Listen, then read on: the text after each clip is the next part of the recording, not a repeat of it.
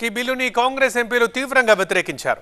జమిలీ ఎన్నికలు రాజ్యాంగ విరుద్ధమన్నారు కాంగ్రెస్ ఎంపీ చామల కిరణ్ కుమార్ రెడ్డి. ఈ రోజు వన్ నేషన్ వన్ ఎలక్షన్ జమిలీ బిల్ గురించి ఏదైతే చర్చ జరుగుతుందో ఈ జమిలీ బిల్ గురించి ఈ రోజు కాంగ్రెస్ పార్టీ సభ్యులందరం కూడా ఈ జమిలీ బిల్ని వ్యతిరేకించదలుచుకున్నాం. ఎందుకంటే జమిలీ బిల్ అనేది పొలిటికలైజ్డ్ బిల్ మీద మేము వ్యతిరేకిస్తలేము.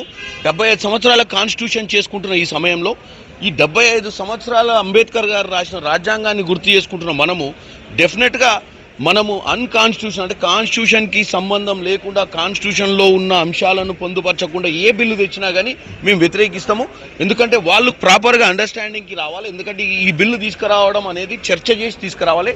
ఈ బిల్లు టేబుల్ మీద పెట్టినప్పుడు మన కాన్స్టిట్యూషన్ ప్రకారం ఇది తప్పు. ఎందుకంటే మనకు ఆల్రెడీ ఒక కాన్స్టిట్యూషన్ ఉంది. కాన్స్టిట్యూషన్ ప్రకారమే ఎన్నికలు జరుగుతుంది.